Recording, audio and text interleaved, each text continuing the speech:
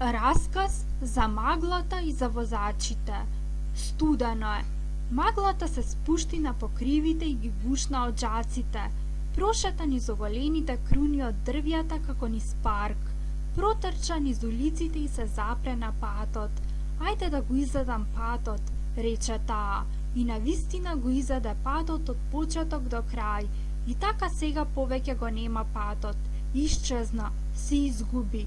Исчезнаа и куќите и оградите, исчезнаа семафорите, сообраќајните полицајци, пешачките премини. Тогаш најде камион, застана и се зачуди. Се зачуди и почна да го бара патот, но патот го нема, па го нема. Што сега?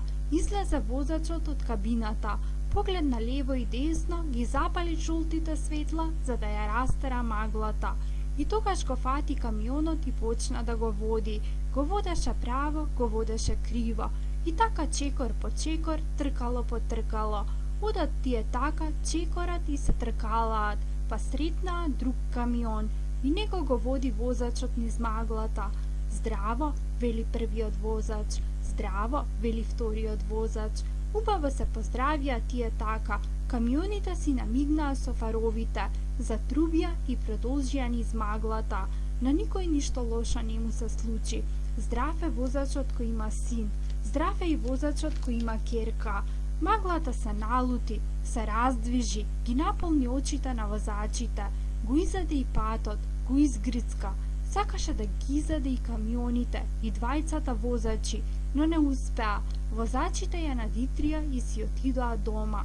Тогаш се замеша ветрот, дувна и маглата се крена. Огреа сонцето, од сончевите зраци патот личеше на сребро, се протегаше како блескава лента. Намигнаа семафорите, се раздвижија сообраќајните полицајци, се прогледаа куќите, а од џаците започнаа да чадат. По куќите беше топло, пламтеше оган, а еден син и една ќерка си играа со татковците што се вратија со камионите од пат и на своите деца им донесоа подароци.